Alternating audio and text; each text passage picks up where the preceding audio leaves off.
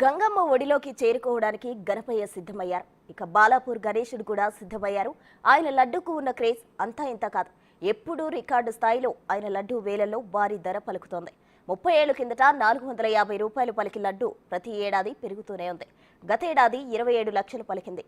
బాలాపూర్ విఘ్నేశుడి లడ్డూను దక్కించుకోవడానికి చాలా మంది పోటీ పడుతుంటారు. ఈ లడ్డూ ఎంతో మహత్యం కలిగినదిగా భావిస్తారు. ఈ లడ్డూను దక్కించుకోవడం కోసం అదృష్టంగా భావిస్తారు.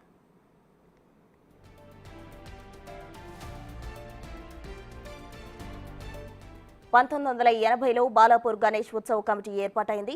1994 నుంచి బాలాపూర్ లడ్డూ వేలం పాట ప్రారంభమైంది. ఆ ఏడాది వేలంలో 450 బాలాపూర్ గణపతి లడ్డూను కొలను మోహన్ రెడ్డి కైవసం చేసుకున్నాడు.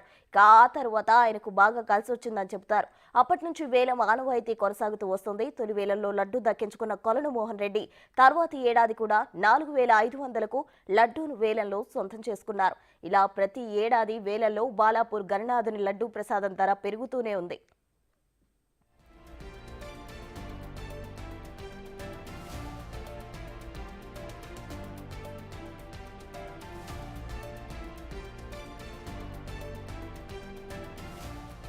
రెండు 2002లో బాలాపూర్ వినాయకుడి లడ్డూ ధర తొలిసారి ₹1,00,000 దాటింది.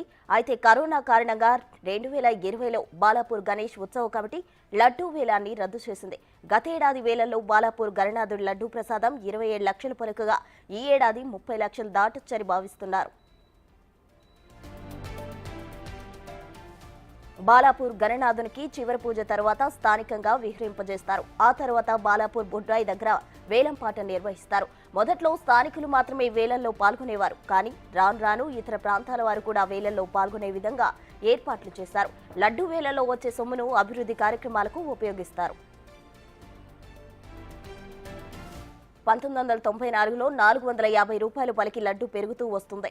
ఈ ఏడాదిలో 2 ఏడాదిల్లో 5000 పలికిన లడ్డు 2001లో ఏకంగా 85,000కు చేరుకుంది. ఆ తర్వాత ఏడాది 2022లో అక్షరాల 1,00,000కు పైగా వెచ్చించి లడ్డు దక్కించుకున్నారు. 2027లో 4,15,000కు బాలాపూర్ లడ్డు వేలం పాడారు. 2012లో 7 లక్షలకు చేరుకుంది. 2018లో 16 లక్షలకు చేరుకుంది. 2022లో 24 లక్షల ధర పలికింది. గతేడాది 27 లక్షల ధర పలికింది. ఈసారి దాదాపుగా 30 లక్షల వరకు లడ్డూ పలుకుతుందని అంచనా వేస్తున్నారు.